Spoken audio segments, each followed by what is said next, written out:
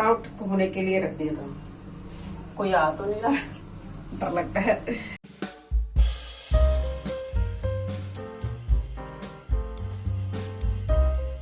Hello everyone, welcome to my new video. तो friend, कैसे हैं आप? मुझे आशा है आप भी बहुत अच्छे होंगे और स्वस्थ होंगे, हेल्दी होंगे। पर पिछले दिनों जब मेरी तबीयत खराब थी और मेरी तबीयत खराब होने का साइड इफेक्ट क्या हुआ पता है आपको? आपको बिल्कुल नहीं पता और आप सोच भी नहीं सकते उसका साइड इफेक्ट। जो बीमारी जो है कि मेरा जुकाम, खांसी या बुखार जो मुझे हुआ था, उसने जाते जाते मुझे क्या साइड इफेक्ट देकर गया है, आपको सोच भी नहीं सकते हो। ये बहुत ही रेयर है। और अगर ऐसा होता है तो आप मुझे ना कमेंट बॉक्स में जरूर लिख के बताना कि क्या ऐसा आपके साथ भी होता है। तो जो मेरी जुकाम खांसी जो मुझे हुई थी ना, वो जाते जाते मुझे क्या देकर गई है, मैं क्या बोलूं। मेरा एक कान बंद हो गया है। उसमें कंटिन्यूअसली एक सीटी बजती रहती है और वो सर में ऐसे थोड़ा सा अजीब सा हो जाता है, भारीपन सा फील होता है और वो लगातार 24 घंटे 24/7 चलती रहती है। तो उसकी वजह से भी थोड़ा सा हुआ है। मैंने डॉक्टर को मतलब कि दिखाया है, मैंने कंसल्ट किया है, ऐसी बात नहीं है, मैंने कंसल्ट किया है। उन्होंने क्या कहा है कि जुकाम की वजह से जो कान का जो पर्दा होता है वो अंदर की तरफ खिंच गया है। अब उन्होंने मुझे वैसे तो दवाइयां वगैरह दी है, कुछ ड्रॉप्स दी है जो नाक में मुझे डालती हूँ, मैं रोज डालती हूँ, पर उससे कोई खास मुझे आराम नहीं हो रहा है। तो क्या आपके साथ भी ऐसा होता है? अगर आपके साथ ऐसा होता है ना, तो मुझे कमेंट बॉक्स में लिख के जरूर बताना, ताकि मुझे ये पता चले कि इस पूरे दुनिया में हो सकता है शायद कि मैं अकेली ही ऐसी हूँ जिसके साथ ये साइड इफेक्ट हुआ है, या कोई और भी है मेरा साथ देने के लिए। इसीलिए तो चलिए फ्रेंड, आज का वीडियो शुरू करते हैं। और इसमें मैं आज है ना, जो हमने लास्ट जो हम जो बायो एंजाइम बनाते हैं ना, तो उसको बना तो लेते हैं हम बायो एंजाइम, लेकिन उसका जो छानने के बाद जो हमारे पास जो बचता है, तो उस वेस्ट का हम क्या करें।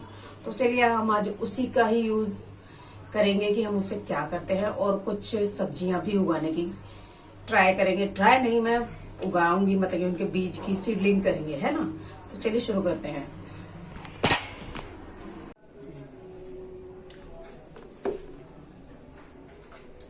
तो जितने भी ये बायो एंजाइम है, इन सबको आज हमें छान के और अलग बोतल में इनको भर के हमें रखना है। इसीलिए तो छानते हैं इसे और फिर बताएंगे इस वेस्ट का क्या करना है।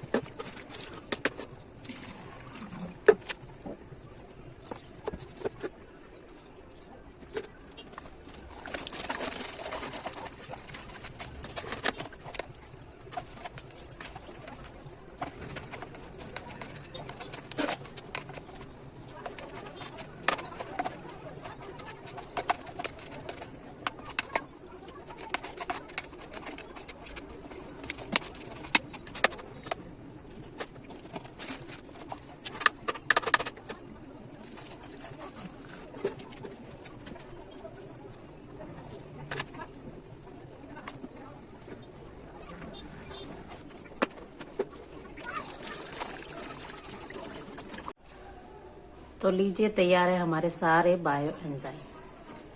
ये देखो, सभी को छान के मैंने रख लिया है।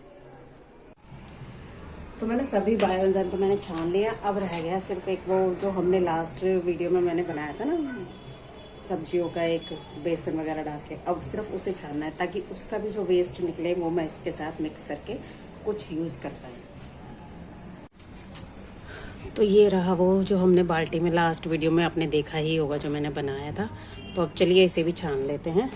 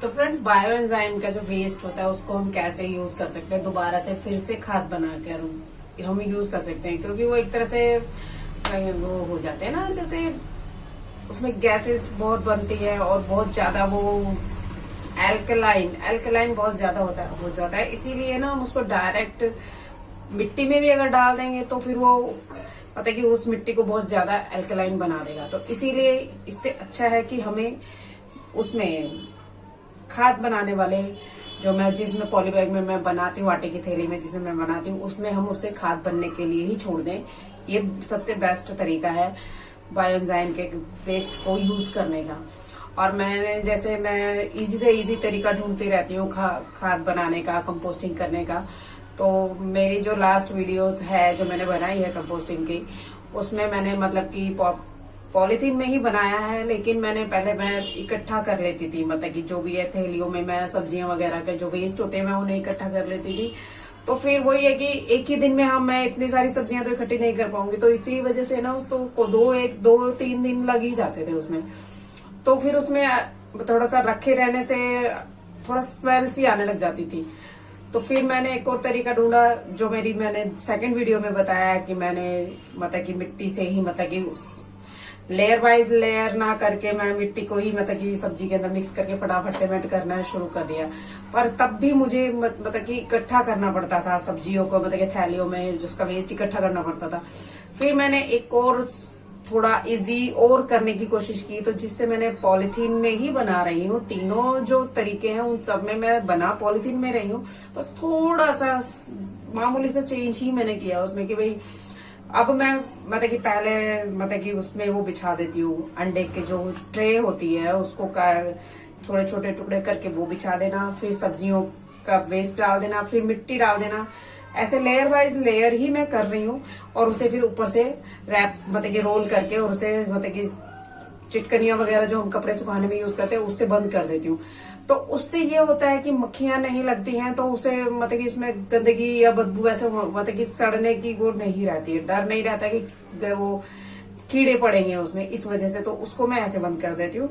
और फिर जैसे जैसे सब्जियां इकट्ठी होती हैं, सुबह से लेकर शाम तक की जो सब्जियां इकट्ठी होती है, उनके सब्जियां नहीं सॉरी फ्रेंड, वेस्ट जो इकट्ठा होता है उसे मैं इकट्ठा करके पॉली बैग में फिर बिछा देती हूँ, फिर मिट्टी डाल देती हूँ और फिर मैं उसी तरीके से उसे बंद कर देती हूँ चिटकनियों के साथ। और जब वो लास्ट तक जब वो ऊपर तक भर जाता है फिर मैं उसे अच्छे से स्टेपल करके साइड में रख देती हूँ।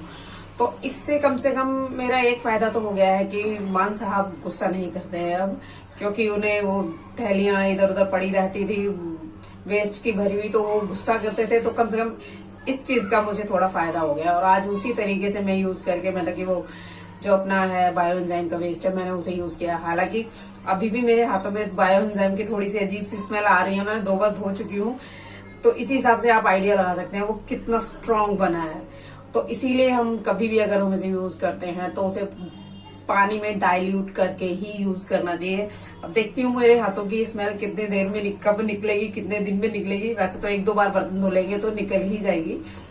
और मैंने है ना मतलब कि अभी मैंने सोचा था कि अगर मेरे को थोड़ा सा टाइम बचा तो मैं आज मतलब कि थोड़ा सा कुछ सब्जी की सीडलिंग करूंगी। तो सीडलिंग के लिए मैंने है ना पहले तो अभी फिलहाल है ना फ्रेंड धनिया मेरे एरिया में तो मुझे नहीं मिल रहा है क्योंकि वो बहुत महंगा मतलब कि बेच रहे हैं। पहले तो मैं फ्री में हम सब्जियों के साथ ले लेते थे, पर आजकल वो वैसे नहीं दे रहे। तो इसीलिए मैंने है ना मतलब कि उगता नहीं है मुझसे, भाई मैं किसान तो मैं हूं नहीं जो मुझे सब तरीके आए। तो कई बार मुझसे मतलब कि धनिया उगा नहीं।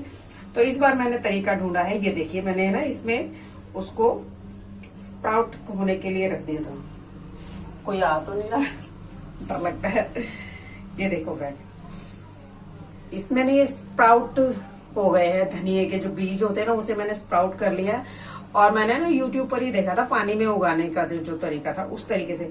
तो नेक्स्ट वीडियो में मैं ट्राई करूंगी उसी टाइप से मतलब धनिया उगाने का। मैं 2 तरीके से करूंगी यूज इन्हें।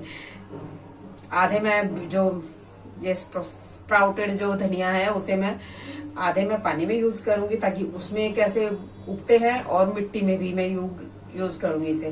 तो चलिए हम ना नेक्स्ट वीडियो के अंदर इस दोनों को हम उगाने की ट्राई करेंगे। तो फ्रेंड बस आज के लिए इतना ही, और अब हम जल्दी ही मिलेंगे अगली वीडियो में। ठीक है, बाय बाय।